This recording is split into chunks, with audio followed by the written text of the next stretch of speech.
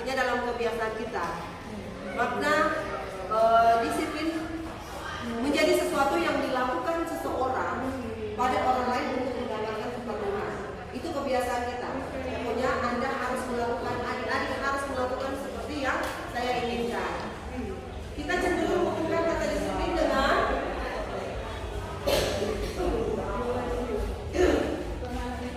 ketidaknyamanan.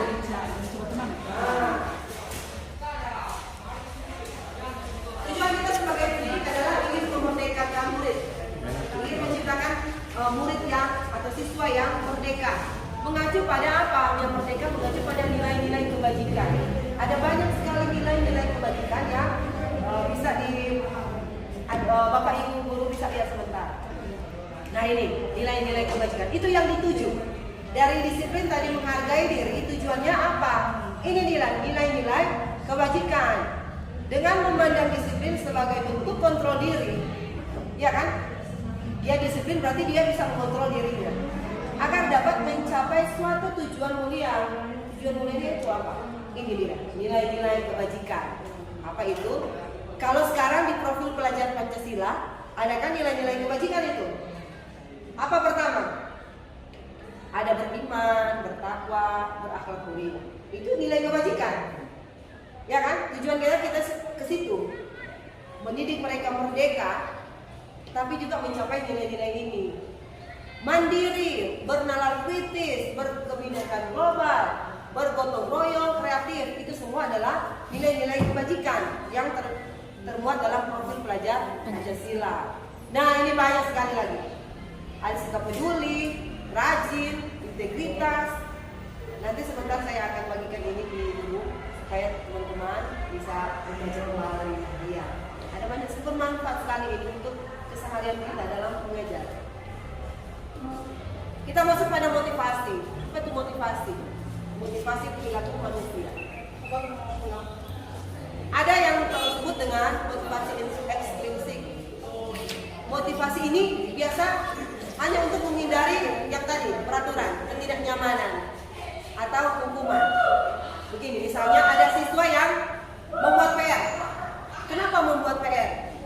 Saya takut ketika tidak membuat PR, pasti saya dihukum. Nah, dia buatlah pekerjaan rumah itu, selesai.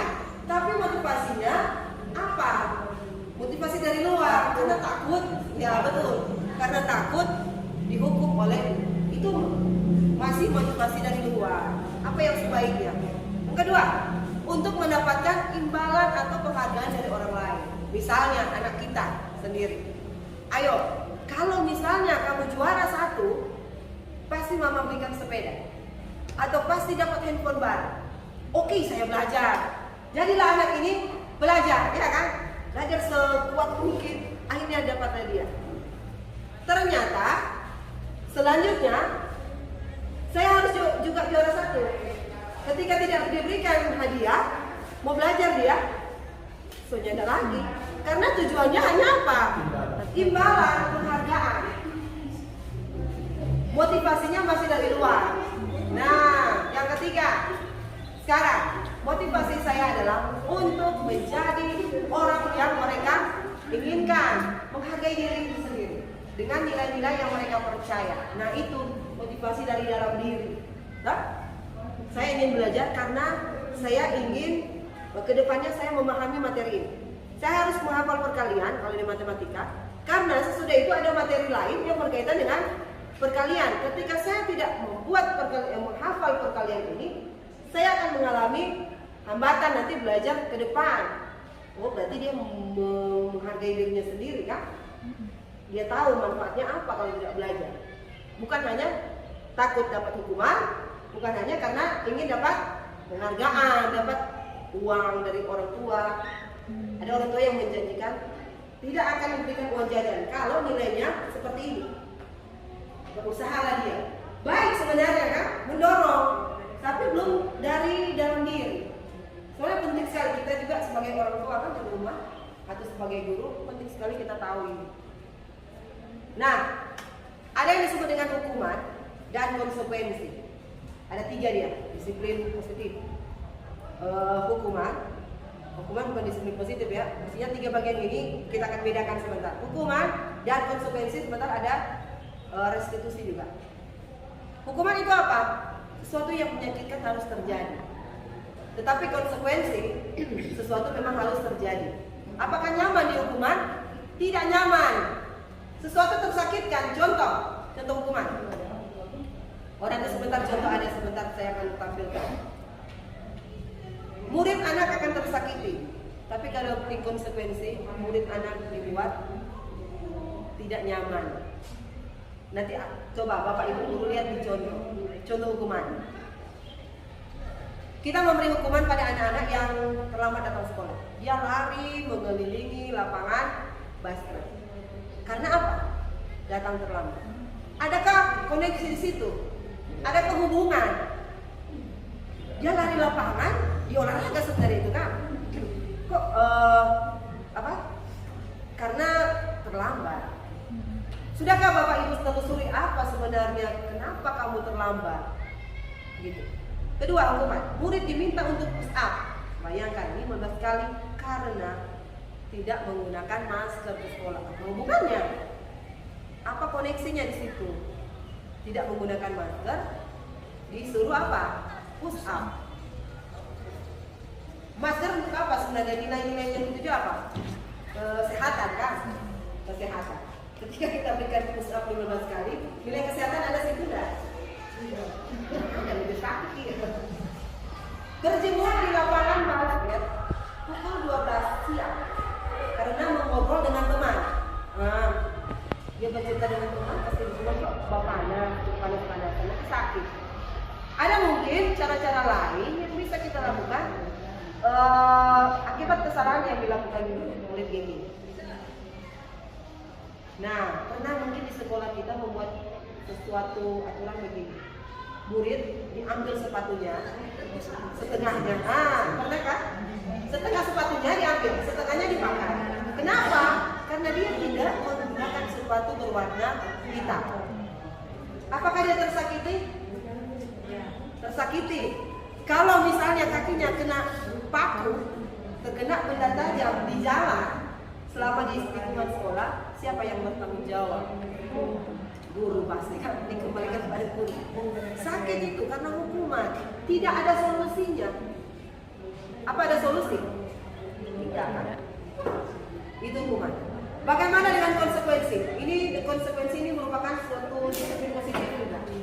Bisa kita lakukan karena ada solusinya. Membersihkan tumpahan air di meja tulis. Ada anak-anak di kelas, buang di air dan minum, bisa bawa tumbler kan? Karena tersenggol pada saat belajar.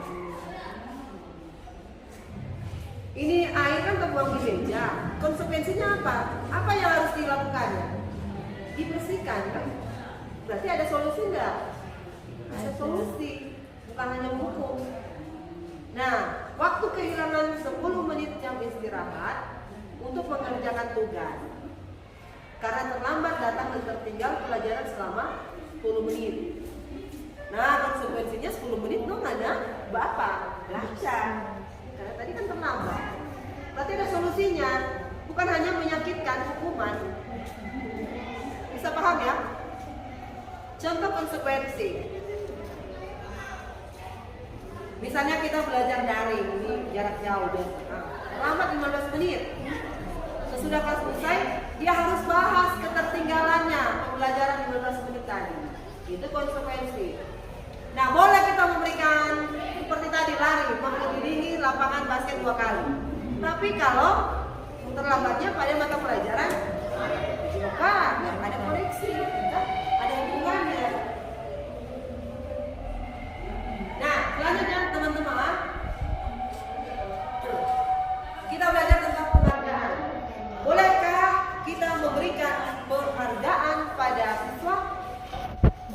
Memberikan imbalan pada murid? Nah, ada cerita di SD untuk menertibkan anak-anak masuk, biasanya di SD, bel, semua berkerumun di depan, berburu-buru datang.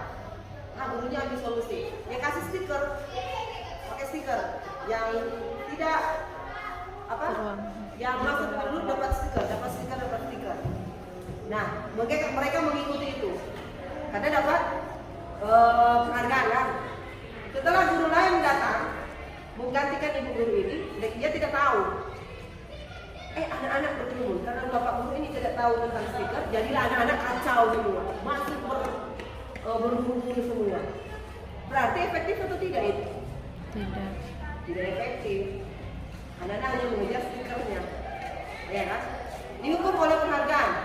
Saat kita berulang kali menjanjikan hadiah kepada anak-anak agar berperilaku bertanggung jawab, kita berasumsi bahwa mereka tidak melakukannya atau tidak akan memilih untuk melakukannya. Maksudnya begini, kita menghargai, memberikan imbalan. Yang kita anggap bahwa kalau kita tidak memberikan imbalan, berarti dia benar tidak mampu. Dia hanya mampu karena ada imbalannya, ada jasa, penghargaan. Padahal sebenarnya itu kita sedang menghukum seseorang lewat sebuah penghargaan. Bolehkah kita berikan penghargaan? Boleh. Saat kapan? Ada yang bisa memberikan tanggapan? Boleh enggak? Penghargaan bisa dilakukan asalkan apa? Orang lakukan itu dengan kehati-hatian. Jangan berpola. Misalnya hari ini saya berikan hadiah. Anak akan berharap besok lagi saya dapat hadiah. Besok lagi saya dapat hadiah. Ketika tidak diberikan hadiah, bagaimana perasaannya? Tambah malas, kecewa, betul. Kita sudah menghukum sebenarnya kan? Menghukum secara tidak langsung. Karena apa? Membiasakan diri anak-anak dengan hadiah. Apalagi anak-anak kita, ya hati-hati. Saya juga pernah melakukan memberikan uang, ya kan? Kalau bisa juara kenapa? Ini dia, dapat ini baru, ini dapat permen atau dapat coklat. Padahal mungkin pada saat tertentu boleh sekali-sekali lah. Jangan berpola. Berpola itu berarti terus kita lakukan itu. Apresiasi boleh, tapi apresiasi yang dituju itu apa? Tujuannya apa? Misalnya ada nilai-nilai kebajikan yang dituju. Oh, dia sangat semangat untuk belajar. Boleh. Seperti tadi kan ada pemberian apa? Hadiah, sertifikat atau piala kepada yang menang, misalnya juara kelas. Selamat kepada kelas tadi mana? 7B. Ada sini juga itu. 9C. Selamat. Kepala sekolah memberikan penghargaan apresiasi. Karena apa? Ada semangatnya di dalam. Semangat gotong royong, ya kan? Lomba kelas kan itu mengajarkan anak-anak bergotong royong, kerja sama, sehingga menghasilkan juara penataan ruang kelas yang baik. Karena ada nilai-nilai kebajikan di situ yang dituju. Boleh kita berikan apresiasi. Atau 10 besar dalam kegiatan MPLS. Itu apresiasi, penghargaan kepada murid atau siswa. Ada nilai-nilai kebajikan di situ. Bisa dipahami mungkin atau ada yang ingin bertanya? Ya, nanti sebentar kasih kesempatan bertanya. Bagaimana pandangan terhadap penghargaan? Penghargaan itu tidak akan efektif jika saya mengharapkan suatu penghargaan, ketika tidak mendapatkannya saya kecewa dan berkecil hati. Serta kemungkinan lain kali saya tidak akan berusaha sekeras sebelumnya karena ingin penghargaan berikut tidak ada semangat lagi. Nah, penghargaan menghukum tadi seperti yang tadi. Misalnya sistem ranking, juara, kita memberikan juara kepada murid yang yang juara 1 atau murid yang dapat nilai paling tinggi. Ada seseorang yang sedang terhukum situ. Misalnya orang lain yang tidak mendapatkan juara, dia akan menganggap dirinya buruk, ya kan? Ya, saya buruk, saya tidak sama dengan teman saya. Seperti itu. Jika suatu penghargaan diharapkan namun tidak mendapatkannya, Anda merasa dihukum. Nah, ada juga penghargaan merusak hubungan. Biasa kita sering mendengarkan mendapatkan pujian. Ada anak-anak yang pikir, wah keren, mantap, kamu pintar sekali. Yang lainnya kan merasa iri hati kan? Iri hati. Sebagian dari mereka tidak akan menyukai orang yang diberikan penghargaan tersebut. Contoh, siswa A, Karen dan Tony. Karen dapat pujian dari guru. Mantap Karen, juara, memang hebat. Hari ini kamu dapat nilai 10. Si Tony langsung berpikir, ya dia dapat nilai 10. Dia mulai timbul apa? Iri hati. Akhirnya hubungan antara Tony dengan Karen menjauh, jadi rusak. Itu maksudnya penghargaan merusak hubungan pertemanan yang baik karena iri hati diberikan pujian, jadilah dia hubungannya menjauh atau hubungannya rusak. Gara-gara apa? Karena pujian dari guru. Nah, sekarang yang diharapkan adalah disiplin positif, motivasi dari dalam. Saya sudah jelaskan tadi saat seorang anak belajar untuk pertama kalinya. Ini cerita anak yang baru belajar. Dia langsung tahu, nah kita sudah tahu membaca. Tapi ketika kita memberikan penghargaan, ujian yang berlebihan, kadang apa? Dia kesadaran akan kemampuannya bahwa dia sudah dapat membaca, dia sudah merupakan sebenarnya dia tahu itu membaca penghargaan, tidak perlu dengan ujian yang berlebihan. Kalau istilah sini makan puji, orang Manado bilang makan puji. Ada langkah yang baik sekali kita bisa lakukan, yaitu restitusi. Apa tuh restitusi? Sebentar ada contohnya. Restitusi itu adalah menciptakan kondisi bagi murid untuk memperbaiki kesalahan mereka. Kita bisa memberikan pembacaan masalah lewat restitusi. Nanti sementara lebih jelas lagi apa itu restitusi di contoh. Keyakinan kelas, ini penting sekali karena ada nilai-nilai kebajikan di situ. Keyakinan kelas seperti yang kita buat sebelum mengajar. Ayo adik-adik, kesepakatan kita hari ini apa? Atau di kelas, saya buat di kelas kesepakatan kelas. Di situ ada nilai-nilai kebajikan. Contohnya seperti ini. Nanti ini saya akan bagi ya. Keyakinan kelas bersifat lebih abstrak daripada peraturan yang lebih rinci dan konkret. Kalau tata tertib kan lebih anak-anak lebih menakutkan dibandingkan dengan keyakinan. Artinya sesuatu yang diyakini kita bisa lakukan. Orang buat sama-sama. Kita buat secara bersama-sama keyakinan kelas itu didiskusikan dan menghasilkan sebuah keyakinan kelas. Contohnya seperti ini. Di kelas 7 biasa hormat, nilai kebajikannya hormat. Kami meyakini bahwa sangat penting untuk menghormati semua orang dan barang milik orang lain. Nah, ketika mereka meyakini ini, tidak akan lagi terjadi apa? Saling mengambil barang orang lain, ya kan? Saling apa lagi? Tidak menghormati. Nah, ada lagi yang pakai gadget kelas yang seperti orang dengan biasa, dia saudara kita punya papa. Dia bilang kita punya bapak nama. Nah, karena tidak ada sesuatu yang diyakini di kelas. Bekerja, nilai kebajikan. Kami meyakini bahwa sangat penting untuk mengerjakan segala pekerjaan atau mengikuti kegiatan yang telah ditugaskan. Dan selanjutnya diterima dan dimiliki. Kami meyakini bahwa sangat penting untuk merasa diterima pada suatu kelompok yang di kata peduli ini penting. Saling peduli satu dengan yang lain. Ini Bapak Ibu yang saya terapkan di kelas. Contoh keyakinan kelas 7C. Ada kesepakatan kelas yang sudah dibuat seperti poster. Ada 1, 2, 3, 4, 5, 6, 7. Nah, anak-anak akan melihat itu setiap hari. Oh iya, saya harus menghargai guru, harus bersikap sopan dan menghormati guru. Ketika mereka tidak menghargai guru, saya akan sampaikan, adik-adik bacalah kesepakatan kelas yang sudah kita buat bersama. Ini didiskusikan bersama. Ya. Selanjutnya teman-teman, ada 5 kebutuhan dasar manusia. Terkadang kita abaikan, tetapi penting pada anak-anak. Ketika ada anak-anak yang berbuat kesalahan, sebenarnya kebutuhan apa yang tidak dipenuhi oleh anak tersebut? 1. Kebutuhan bertahan hidup. Ini berkaitan dengan kebutuhan dia makan, kecukupannya dalam kesehatan, dia sehat, atau pakaian. Nah, ada anak-anak yang mungkin di rumah tidak terpenuhi ini, lapar mungkin, datanglah dia di sekolah, dia ngambil makanan orang lain. Kemarin dulu saya urus, Mel menangis. Kenapa menangis? Ini kita punya makanan diambil, Mel. Bisa saja kebutuhannya tidak terpenuhi dari rumah, nak makan mungkin dari rumah. Kedua, semua mulai bergabung, Mel, bergabung. Dua, kebutuhan untuk disayangi dan diterima.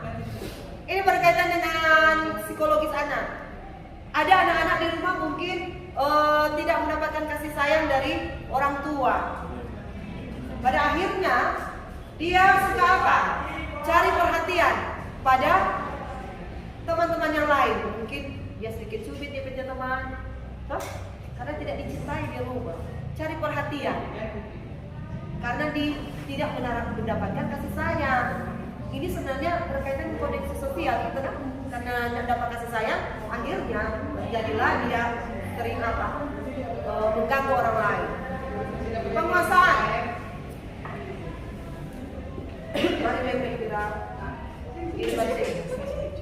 Penguasaan atau kebutuhan pengakuan atas kemampuan. Ada anak-anak yang misalnya dia ketua kelas. Dia tahu dia ketua kelas, jadi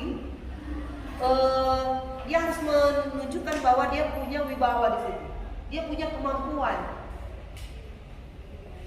Dia mau teman-teman dan guru misalnya tahu bahwa kebutuhan penguasaan dirinya. Penguasaan itu menghargai kemampuan potensi dirinya. Atau dia sebagai ketua kelas, orang harus hormati dia sebagai ketua kelas. Kebutuhan ini berhubungan dengan kekuatan untuk mencapai sesuatu, menjadi kompeten, menjadi terampil, diakui atas prestasi. Ada anak-anak yang begitu. Dia juara satu, terus dia mau orang akui dia, sehingga didengarkan yang memiliki rasa harga diri. Ini harga diri ini paling penting buat anak-anak dan kita juga sebagai guru. Kebebasan, kebutuhan akan pilihan. Kebutuhan untuk bebas adalah kebutuhan akan kemandirian, otonomi, memiliki pilihan dan mampu mengendalikan hidup seorang. Pilihannya atas sesuatu yang diinginkannya. Kita harus menghargai itu kebutuhan dari seseorang. Kebebasan, kesenangan. Nah, ada anak-anak yang mustiul di kelas. Pernahkah Bapak Ibu guru lihat di kelas? Dia ambil kaos kaki. Dia ketika diurus, kenapa ini kan sebenarnya nggak baik. Kita kan cuma baku seduh, cuma bercanda dengan dia. Wah, ini bercanda tapi di teman yang lain menganggap itu serius. Ternyata anak ini kebutuhannya apa? Bersenang-senang, hanya having fun untuk bahasa Inggrisnya. Sekedar untuk dia kebutuhan untuk kesenangan itu terpenuhi ketika dia membuat hal-hal seperti itu. Iseng saja, tetapi sebenarnya mengganggu orang lain. Nah, masuk kita pada posisi kontrol. Ini penting sekali untuk kita semua, Bapak Ibu guru. 1. Pernahkah kita menjadi penghukum? 2. Pernahkah kita menjadi pembuat rasa bersalah? 3. Pernah jadi teman, pemantau atau manajer? Kira-kira seperti apa ini? Mari kita lihat. Pada posisi penghukum, ini sebenarnya identitasnya gagal karena motivasi eksternal. Kan tadi sudah saya jelaskan, motivasi dari luar. Gagal sebenarnya ini. Kenapa gagal? Karena kontrolnya negatif. Ada yang tersakiti, makanya negatif. Penghukum seperti apa? Menghardik atau menunjuk-nunjuk, menyakiti dan menyindir. Menghukum bukan cuma secara fisik ya, misalnya cubit atau jewer palingnya, itu menghukum. Tapi kata-kata yang kasar itu juga sebagai satu hukuman pada anak-anak. Kita bisa menjadi penghukum. Kalau pembuat orang merasa bersalah, kita misalnya berceramah menunjukkan kekecewaan mendalam. Misalnya pembuat merasa bersalah.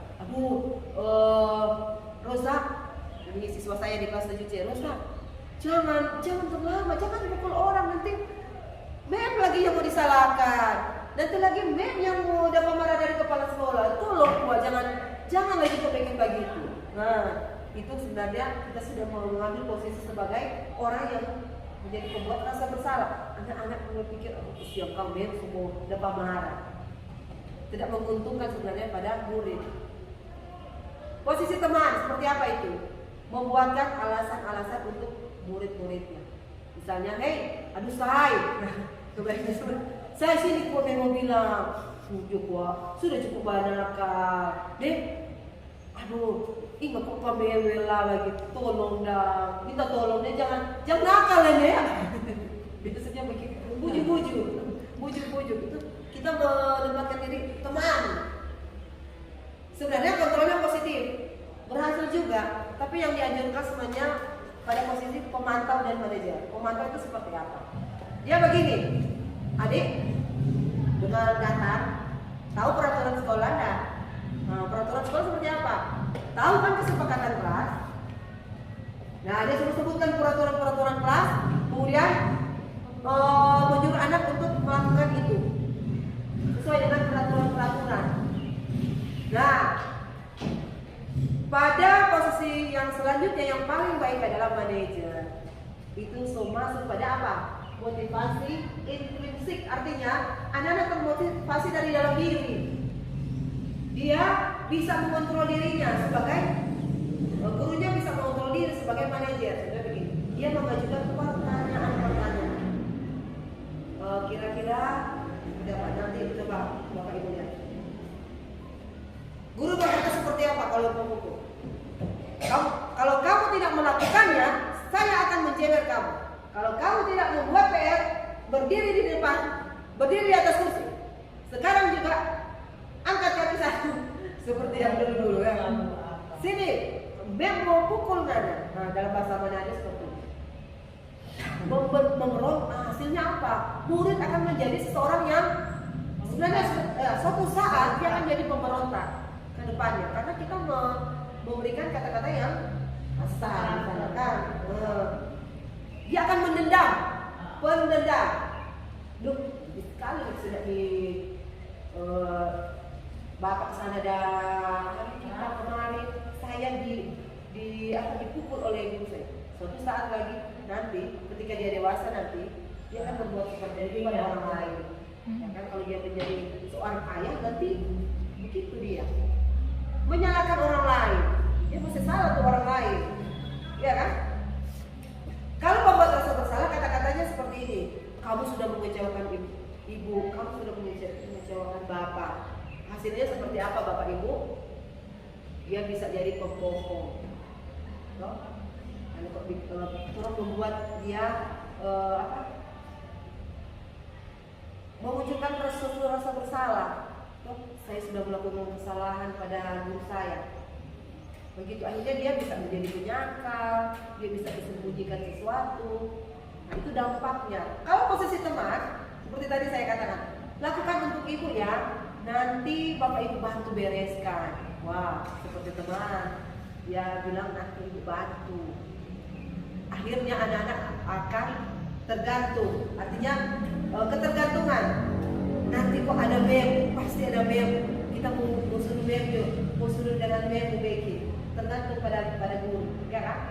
Kalau pemantau itu tadi, apa peraturannya, apa konsekuensinya, apa yang telah kamu lakukan.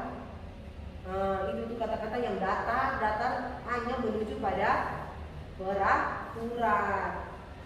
Akhirnya dia hanya bisa menyesuaikan dampaknya ini. Ya. Kalau diawasi, kalau gurunya lihatnya begini, ada ibu guru lihat, pasti saya akan melakukan. Kalau tidak dilihat, maka dia tidak akan menaati peraturan.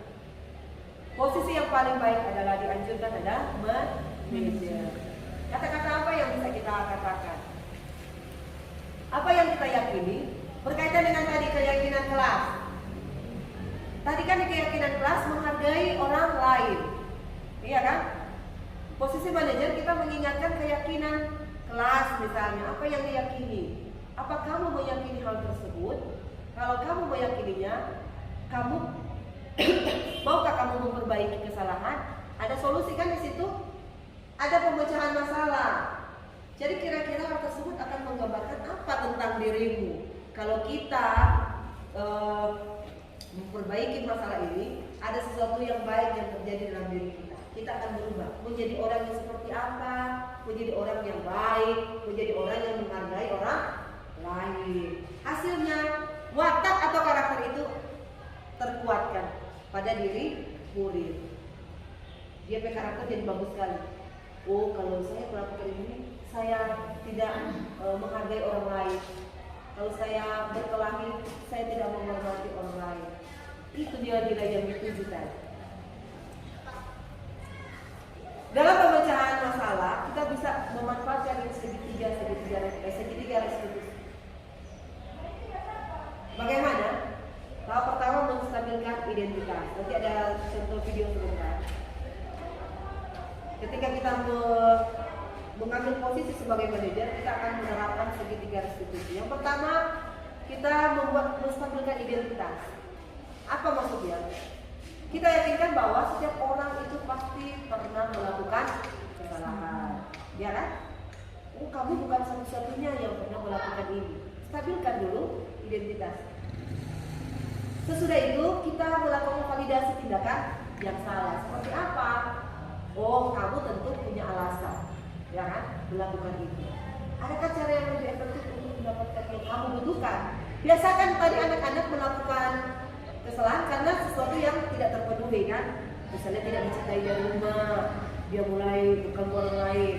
Nah, kita telusuri itu bukan apa yang tidak terpenuhi sebenarnya, atau hanya kebutuhan senang-senang saja dengan teman-teman.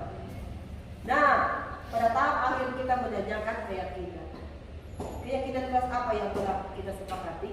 Ingatkan pada murid ini, ada keyakinan kelas mana yang kira-kira tidak dilakukan. Kamu ingin menjadi seorang seperti apa? Setelah ada perbaikan terhadap kesalahan, dia akan berubah menjadi orang yang lebih baik lagi, menghargai, menghormati, itu yang diharapkan. Nah, Bapak Ibu, dampak menerapkan restitusi ini adalah bahwa restitusi itu salah satu cara untuk menanamkan disiplin positif pada murid sebagai apa? Bagian dari budaya positif di sekolah. Ini cara yang paling baik sekali menyelesaikan persoalan-persoalan yang semakin banyak hari-hari ini.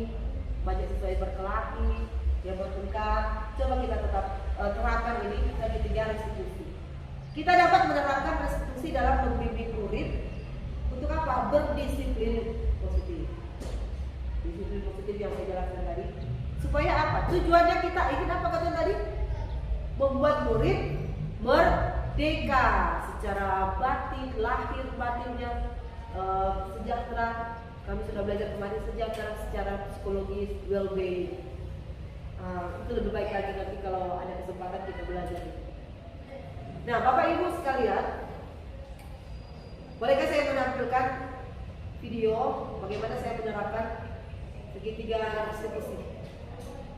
Dan itu sudah di-share di YouTube. Kita minta waktu sebentar. Mari kita simak bersama.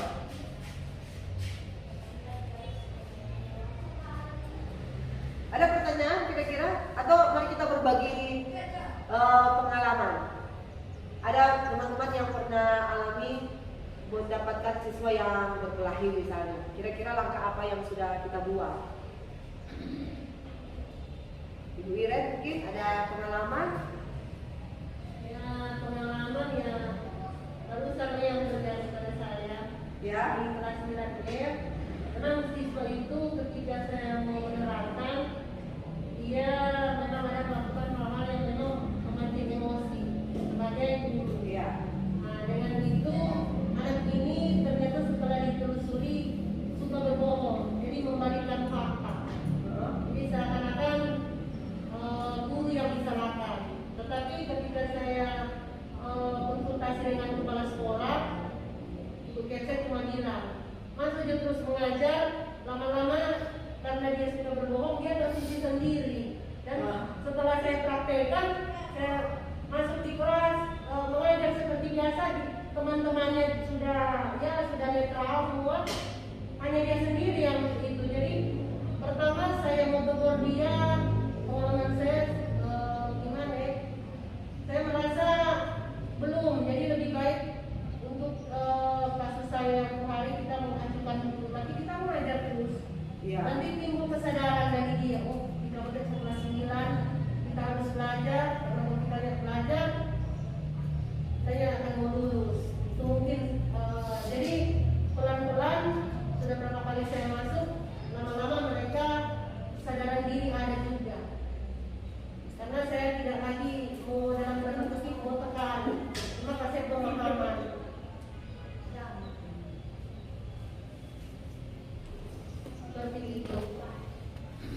Ya mungkin Ibu Iren, saya akan bantu mungkin dengan menerapkan restitusi. Kita panggil siswanya, siapa tahu memang ada solusi dari permasalahan yang kemarin.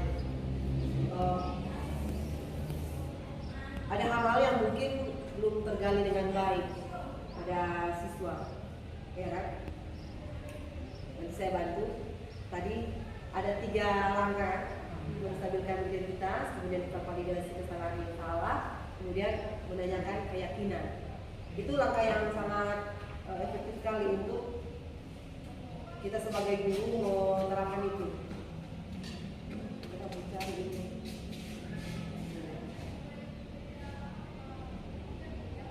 Ada ganti akun, jadi terlalu.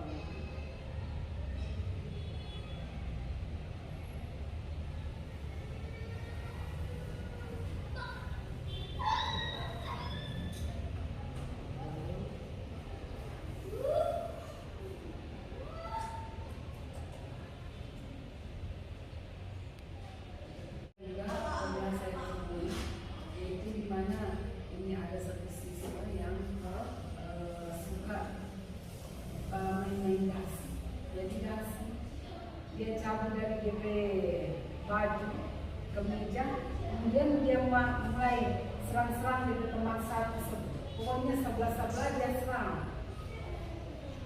Nah, kira-kira kebutuhan apa yang mungkin tidak dipenuhi?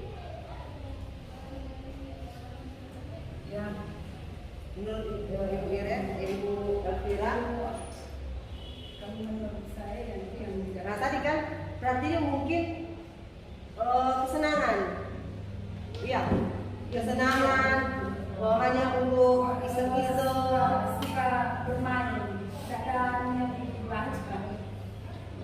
Nah kita perlu telusuri sebenarnya anak-anak ini sebenarnya punya kebutuhan apa yang tidak terpenuhi. Nah itu sebenarnya tugas dari wali kelas, diagnosa anak-anak ini seperti ini yang kecil misalnya, atau dari latar belakang keluarganya misalnya mungkin tidak ada orang tua misalnya kan. Ada anak saya di kelas, dia cuma tinggal dengan opa, sementara ayahnya dan ibunya tidak ada di tempat, sehingga mungkin kasih sayangnya itu tidak terpenuhi, iya kan? Nah kira-kira untuk menangani anak seperti itu, cara efektifnya seperti apa? Ada kasus-kasus yang perlu restitusi, ada yang tidak perlu. Kalau misalnya kejadiannya di dalam satu kelas itu ribut semua, perlu kita restitusi itu enggak? Perlu. Restitusi itu kan lebih baik dialog dua antara saya sebagai guru dan siswa. Itu lebih efektif kalau sendiri. Melakukan itu. Kalau banyak sekali yang melakukan kesalahan, mungkin kita bisa berikan pengarahan dan tidak, ya kan, berikan keyakinan nilai-nilai positif seperti apa yang ada yang perlu diterapkan, seperti itu.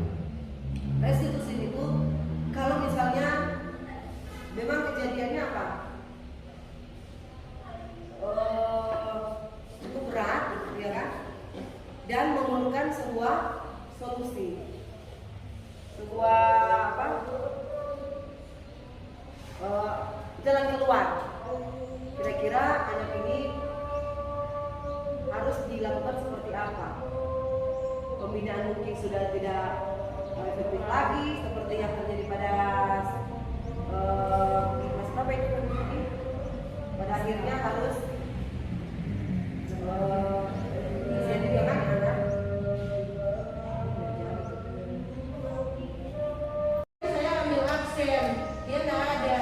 Orang bilang, oh dia ada di kantin kata. Jadi kita belum kasih dia alfa, belum kasih dia bolos, atau belum kasih dia hadir, kasih kosong. Tunggu sampai semua berakhir itu mata pelajaran, itu jam mata pelajaran, karena muncul. Oh kita dengar nih, dia alasan ke guru lain, oh yang masa tulis dia bolos, jadi kita sudah mau masuk loh. Jadi kita bingung mau bikin bagaimana ya anak ini. Dan sepertinya ketika saya lihat di dokter itu ya rekam medis, dia banyak buat kasus di sekolah ini perempuan. Jadi saya akan bertanya solusi apa yang harus saya perbuat dengan siswa seperti ini. Siswanya gimana? Itu siswa itu pendek kata dia pintar memutar fakta. Jadi seakan-akan guru pas tulis bolos. Iya, ini berdasarkan kepribadian ya, kepribadian murid. Kita telusuri lagi. Tanyakan kepada wali kelas, anak-anaknya seperti apa. Penanganannya harus lebih serius karena berkaitan dengan kepribadian ini, karakter. Ada yang tidak mungkin kita akan rubah karena itu sudah menjadi karakternya, watak, ya kan, tidak dipaksakan. Tapi yang bisa kita lakukan adalah berdiskusi, berdialog dengan dia, kemukakan kira-kira ada hal-hal yang belum mungkin terpendam pada dirinya, ya kan? Kita bicara dengan baik, diskusi bagaimana cara kita menyampaikannya kepada murid dengan kata-kata yang mungkin menyentuh hatinya. Tapi si siswa ini dalam tanda kutip dia keadaan jiwa itu banyak sekali. Kadang-kadang dia mengamuk. Oh iya. Mengamuk tidak tahu apa itu sebab. Berarti kita akan coba cari jalan keluarnya. Mungkin bisa dengan restitusi dengan wali kelas atau nanti kita kerjasama. Inilah pentingnya kolaborasi, ya kan? Kita kerjasama untuk menemukan solusi. Kita akan pikirkan itu. Coba teman-teman lihat ini aksi nyata dari yang sudah kami buat. Saya melakukan restitusi pada ketua kelas di 7C. Nah, ini proses dialog yang dijalankan oleh guru atau orang tua agar dapat menghasilkan murid yang mandiri. Ada pedagang kan? Oh, ada gitu ya. Mari kita kelas. Kemarin dia buat kasus apa? Teman-teman mungkin tahu. Yang memukul Jonathan sampai berdarah itu Jonathan. Dan orang tua datang ke sekolah. Saya sempat panik juga awalnya, belum belajar eksekusi ini kejadian. Sempat panik karena orang tuanya sudah bilang akan laporkan ini. Nah, setelah belajar eksekusi saya coba, pasti ada solusi. Dan orang tuanya memang saya panggil.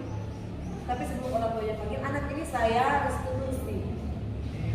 Saya membuat proses dialog dengan Grace ini yang ciri-cirinya, karakteristiknya agak tomboy seperti laki-laki, perempuan cantik, tapi cepat sekali di tangan memukul. Akhirnya dilakukan dialog, masalahnya apa, menstabilkan identitasnya. Yang saya katakan adalah ya wajar. Katanya begini, oh Mel, kita kan ketua kelas, jadi Jonathan itu harus menuruti keinginannya. Masuk kalau di Grace bilang masuk, semua masuk karena dia ketua kelas. Ini kebutuhan apa? Penguasaan, kemampuan, toh? Penguasaan terhadap sesuatu. Karena dia ketua kelas, dia merasa dia berkuasa. Masuk. Jonathan tidak mendengar, maka tangan dia ditusuk. Pukul. Dan wali kelas waktu itu tidak ada di tempat. Saya katakan wajar kamu sebagai ketua kelas menyuruh Jonathan masuk ke dalam kelas. Yang wajar manusiawi kalau orang emosi, ya kan, tidak terkontrol waktu itu langsung memukul. Ini membuat dia apa? Tenang dulu, stabil dulu kan emosinya. Itu problem wajar. Tapi bukan berarti boleh membuat itu. Tapi ditelusuri, apa yang kamu lakukan itu? Coba perhatikan, membuat Jonathan matanya berdarah, matanya bengkak, hidungnya berdarah. Nah, kira-kira keyakinan apa yang tidak kamu lakukan? Hanya dia bilang, ya saya tahu bahwa ada keyakinan kelas yang tidak dia lakukan, yaitu apa? Menghargai orang lain.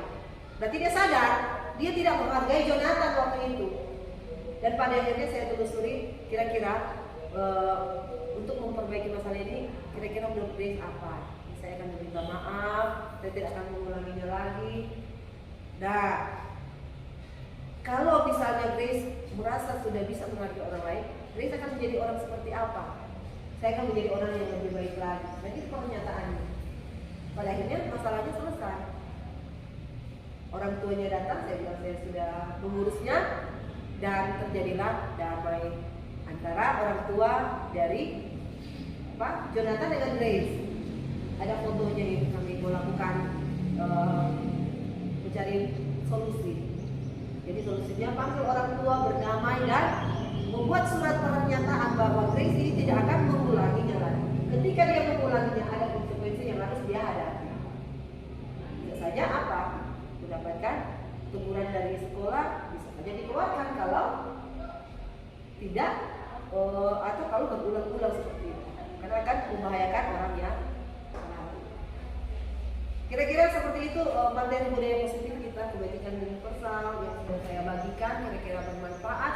Masih ada lagi pertanyaan yang mungkin ditanyakan? Silakan. Kita sudah berbagi pengalaman tadi, sangat menarik. Terima kasih banyak karena teman-teman mau mendengarkan materi saya dan bisa berbagi. Saya juga mendapatkan sesuatu yang berharga dari teman-teman semua. Ada yang ditanyakan? Jika tidak, kita akan akhiri pertemuan kita.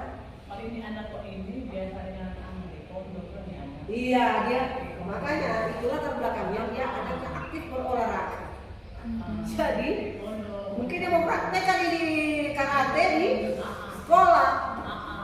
Nah, anak-anak ini perhatikan kebutuhannya. Maka kita panggil nanti anak ini. Iya, dia Grace. Panggil, kita panggil kok anak. Baru lihat. Memang dia DP cara kita lihat. Gerak Pak. Kadang ada dek Jangan tumbuh. mana kata sudah dek. Karena biasa kalau yang dia akan pegang karate kepada yang sudah bermain karate atau apa satu Taekwondo. Yang DP Iya. DP gerak begitu. Ya seperti itulah tingkah laku anak-anak kita semua, dan semoga materi positif ini semua yang terkait ini bisa kita terapkan di kelas bersama dengan teman-teman guru yang lain. Jika ada teman-teman lain di sekolah lain yang ingin mendapatkan materi ini, kita bisa berbagi, ya kan, semua supaya materi ini sampai di ujung dunia ini bisa tahu dan efeknya sangat baik untuk sekolah kita, dan semua sekolah di Indonesia ini bisa menjadi sekolah yang nyaman, ya kan, sekolah yang layak bagi murid untuk belajar, karena semua bisa menerapkan budaya positif ini. Demikian aksi berbagi kita hari ini. Terima kasih banyak untuk kesediaannya. Kita akan bertemu mungkin pada materi berikut. Terima kasih teman-teman semua. Selamat siang. Selamat siang.